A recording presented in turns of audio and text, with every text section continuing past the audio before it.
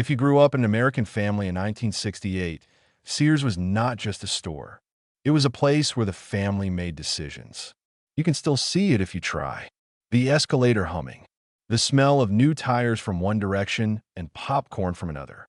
Your father slowing down near the tools. Your mother stopping in front of the appliances, not because she was buying one that day, but because she wanted to look. And somewhere at home, maybe on the coffee table or beside your mother's chair, there was the catalog. Thick, heavy, full of things a family could need, want, save for, argue over, circle, compare, or dream about. Today, we're going back to Sears in 1968. 12 things every American family bought at Sears, or at least stood there wishing they could. And by number 12, you may understand why losing Sears was not just about losing a store. It was about losing one of the places where ordinary families learned what a home could become. Number 1, the Craftsman socket set. If your father had a red metal toolbox in the garage, there's a good chance something inside it said Craftsman. The socket set was not bought like a toy. It was bought like a promise.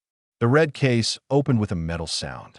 Inside, the socket sat in rows, each size in its place, each one shining a little when new. Your father knew which ones he used most.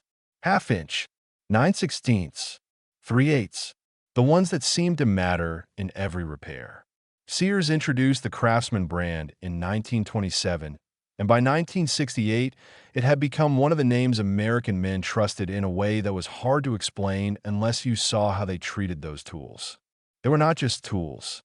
They were proof that a man could fix something himself. A loose mower blade, a bicycle, a washing machine panel, a car battery cable, a chair, a hinge, a bracket, something under the hood that a child could not name but watched with complete seriousness. The great promise was the guarantee. A broken Craftsman hand tool could be taken back to Sears and replaced. For a working man, that meant something. It said this object was not disposable. It belonged to a world where a tool had a lifetime. Plenty of those socket sets are still in garages today. The men who bought them may be gone, but the ratchet still clicks. And if you hold one of those old sockets in your hand, you can almost hear your father saying, "Hand me the 9/16" while you stood there hoping you picked the right one. Number 2, the Kenmore washing machine. For many families, a Sears appliance was not an impulse purchase. It was an event. The washing machine, especially. Your mother stood in front of it longer than anyone expected. White enamel, chrome trim, dials with words like normal, delicate, rinse, spin. Maybe a lid you could lift and look into, imagining the whole week's laundry moving around in there. Kenmore had been part of Sears appliance history for decades. The Kenmore name appeared on a Sears laundry appliance in 1927, and by the 1960s, it had become one of the most familiar names in American home appliances. In 1968, a washing machine represented more than convenience. It represented hours. Sheets, towels, school clothes, work shirts, socks, diapers in some houses, aprons, dishcloths, everything that passed through a family week after week. Your mother knew what laundry meant because she felt it in her hands. Even if the family already had a washer, she looked at the new ones. Bigger tubs, better spin, more settings, something that promised to make the work less endless. When a new washer came home, the whole house noticed. The delivery men came through the back door. The old machine was moved out with a scrape and a thud. Someone read the manual. Someone saved the paperwork in a drawer. Then, suddenly, an appliance became part of the house. Not exciting after a week, just necessary. That was the Sears magic. It sold things that disappeared into daily life until you could not imagine the house without them.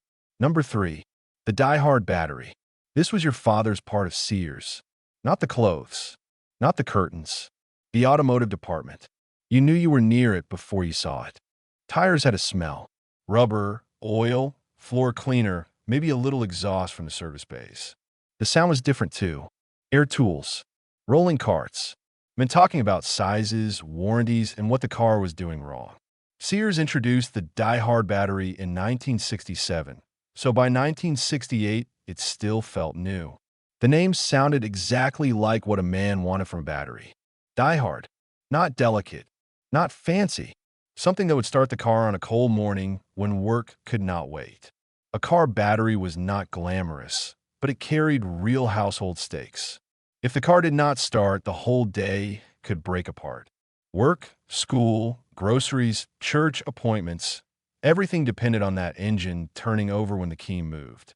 Your father stood there with a salesman, looking at numbers a child did not understand. Cold cranking amps. Warranty. Fit. Price. He may have tapped the top of the battery as if checking its seriousness. Then the Sears man took it to the car or scheduled the installation, and another piece of family life was trusted to that store. Today, batteries are bought in many places. Auto parts chains, big box stores, online orders, roadside service. But for many families in 1968, Sears was where your father went when the car needed something he wanted to trust. Number 4. Toughskins jeans. Every child who wore Toughskins remembers the knees. They were not soft jeans. They were not fashionable in the way older kids hoped clothes would be. They were practical, reinforced, and chosen by mothers who understood that children could destroy the knees of pants faster than money could replace them. Sears sold Toughskins as durable children's clothing, and that was the point. The fabric felt stiff at first. The knees were reinforced. The colors could be dark blue, brown, green, maybe a shade that looked better in the catalog than it did on a child standing in the kitchen being told to hold still. Buying school clothes at Sears had its own rhythm. You were brought into the children's department. Your mother checked sizes. You tried things on while wishing the whole process would end. Pants were tugged at the waist. Sleeves were measured. Shoes were pressed at the toe. Children did not care about durability. Mothers did, because a pair of jeans had to survive playground gravel, bicycle chains, sliding on floors, climbing fences, kneeling in dirt, and whatever else a child swore they had not been doing. Toughskins belonged to a time when children's clothes were expected to endure childhood, not simply photograph well on the first day of school. You might have hated them then, but if you remember the feel of those stiff new jeans, you remember a mother trying to get one more season out of purchase. Number 5. The Silvertone radio or stereo. Sears did not just sell washing machines and tools. It sold sound. In some homes, that sound came through Silvertone. A radio on the kitchen counter. A record player in the living room.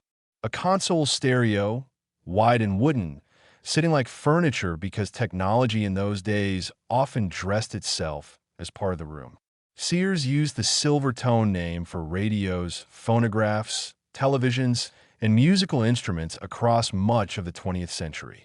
By 1968, families knew the name from catalogs, stores, and living rooms. The sound of a Sears stereo was not about perfect audio. It was about the family having one place where music came from. Your father might put on an album on Sunday. Your mother might listen to the radio while cooking. An older sibling might bring home a record that made the adults look at each other. The record player arm dropped. The needle found the groove. A little surface scratch filled the room before the song began. If it was a console, children were warned not to put drinks on it, not to lean on it, not to touch the records with dirty hands. The stereo was furniture, appliance, entertainment, and family argument all in one. Later, music became smaller, portable, private. Headphones took songs out of the room and placed them directly into one person's ears. But the old Sears radio or stereo belonged to everyone nearby. If it played, the house heard it. Number 6. The Sears Christmas Wish Book. This one did not have to be bought to matter. It arrived, and the house changed. The Sears Christmas Wish Book had roots going back to the first Sears Christmas book catalog in 1933. By the 1960s, it had become a holiday object in its own right. Not just a catalog, a seasonal event. Children knew the weight of it. They knew the pages. They knew the toy section had to be studied, not skimmed. You lay on the floor with a pencil, circling things with complete confidence that maybe, somehow, the house could contain all of them by Christmas morning. Bicycles, dolls, trains, board games, model kits, toy guns, chemistry sets. Record players, watches, things you did not even know existed until Sears placed them in front of you and made wanting them feel organized. Parents used the catalog differently. They looked at prices. They folded page corners. They compared. They listened to a child's wild list and quietly translated it into what might actually be possible. The wish book was powerful because it let the whole family dream from the same pages. Children dreamed loudly. Adults dreamed carefully. But everyone turned the pages. Online shopping has endless choice, but it does not sit on the coffee table for weeks gathering fingerprints. It does not let a child circle a toy so hard the paper tears.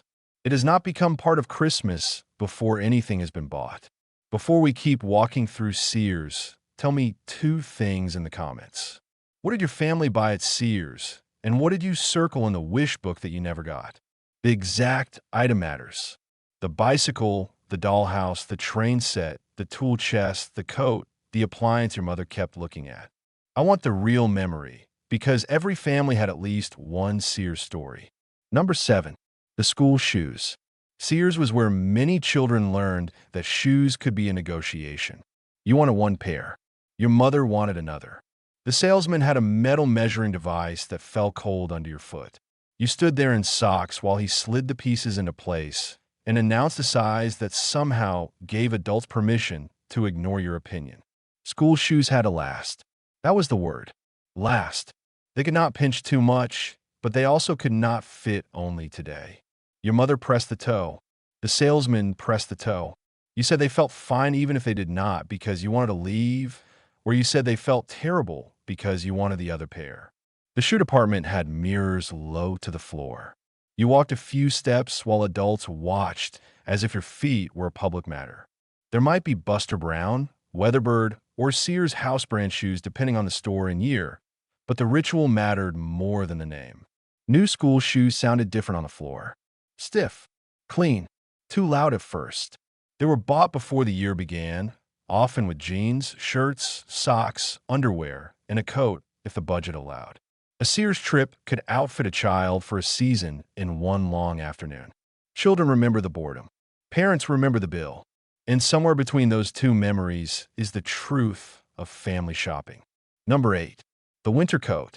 A winter coat from Sears was not chosen for one photograph. It was chosen for weather. Your mother looked at the lining. She checked the zipper. She pinched the sleeve between her fingers. She asked if there was room for a sweater underneath. She bought a little big if she could get away with it, because winter coats were supposed to last more than one winter when possible.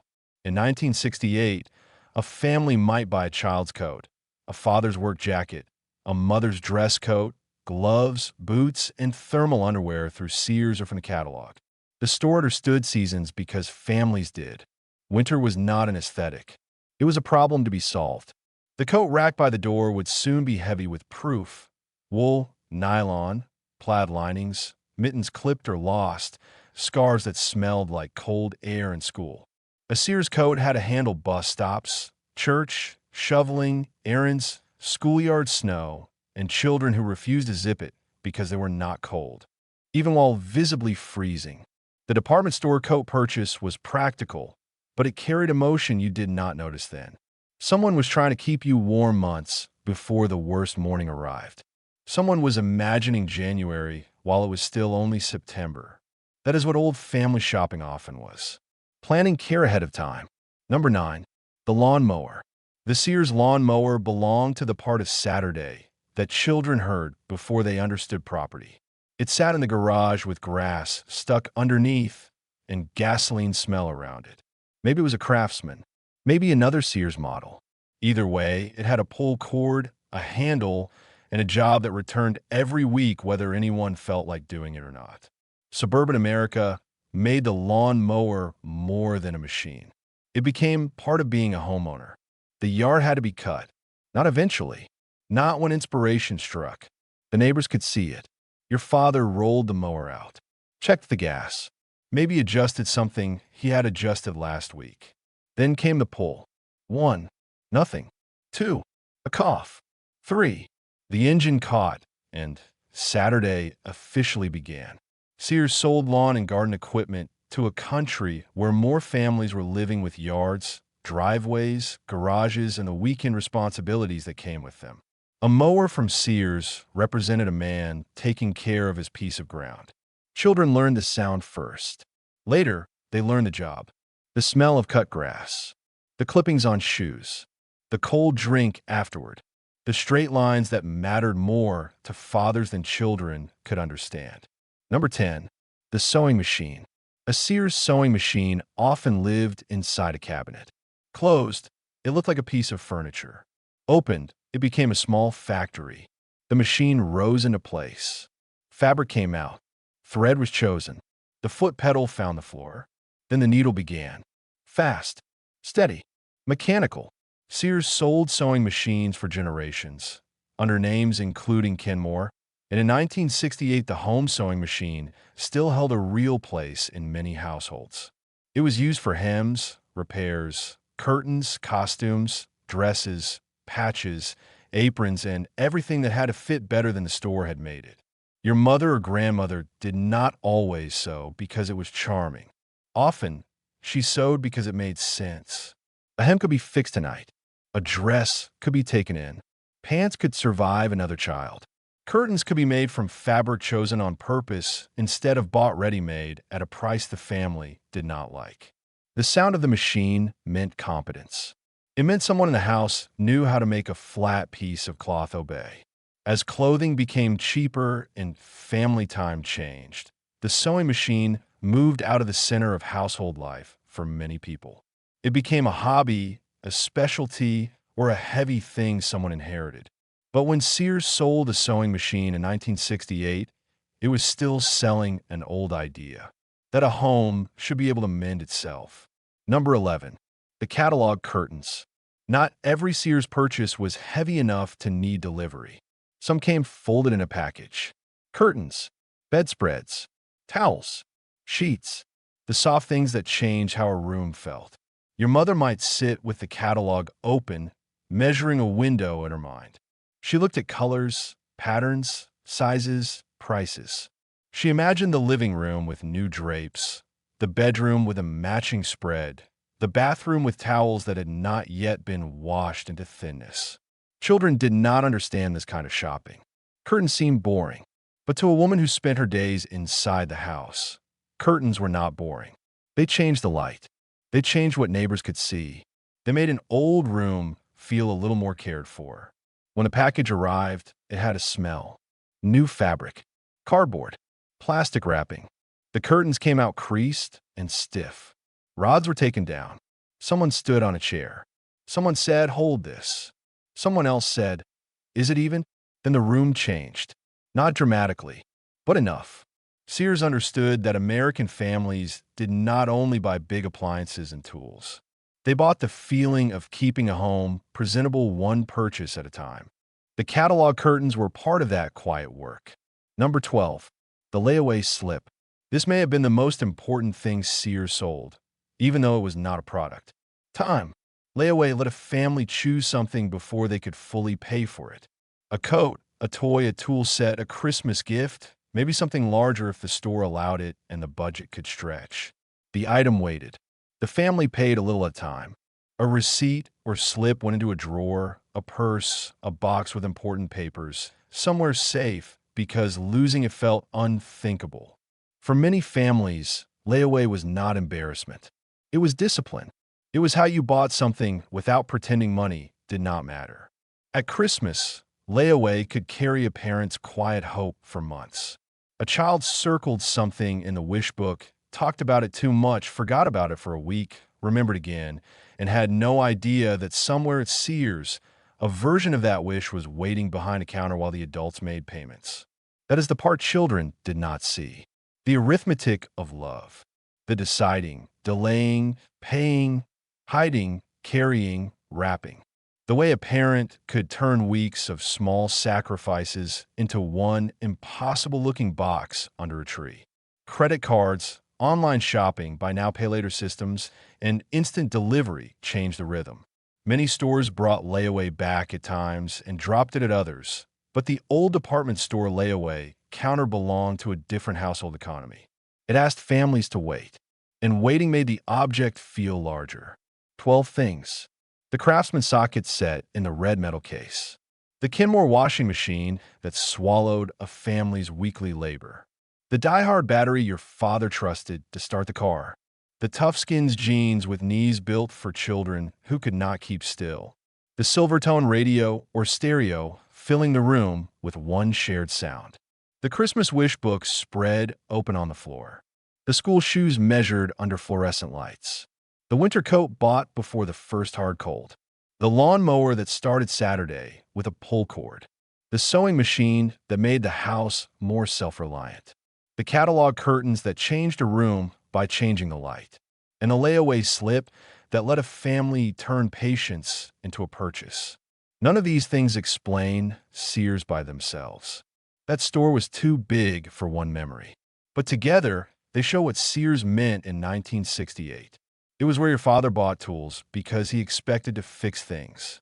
Where your mother looked at appliances because she understood the work of a house better than anyone. Where children got measured for shoes and learned that practical usually beat exciting. Where Christmas began on paper weeks before it arrived in the living room. Where a family could stand under one roof and see almost every part of its life for sale. Work, school, weather, laundry, music, yard, repairs, curtains, gifts, and dreams.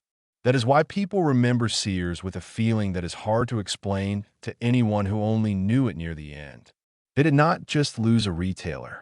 They lost a common place where American families went to imagine the next version of their home. Not a perfect home, not a rich home, just a little more working, a little more comfortable, a little more ready for winter, school, Christmas, Saturday, Monday morning, and whatever broke next. So tell me in the comments, what did your family buy at Sears? The thing your father kept in the garage. The appliance your mother was proud of. The school clothes you hated. The toy you circled in the wish book. The one purchase that stayed in your house for 20 years. And if you remember the department, tell me that too. Tools, appliances, shoes, automotive, catalog pickup, Christmas. Those details matter because a store like Sears was not one place. It was a whole map of ordinary American family life. This is the memory drawer. And if this brought back the sound of the escalator, the smell of the tire department, or the weight of that catalog in your lap, stay with us. There's a lot more of this country left to remember.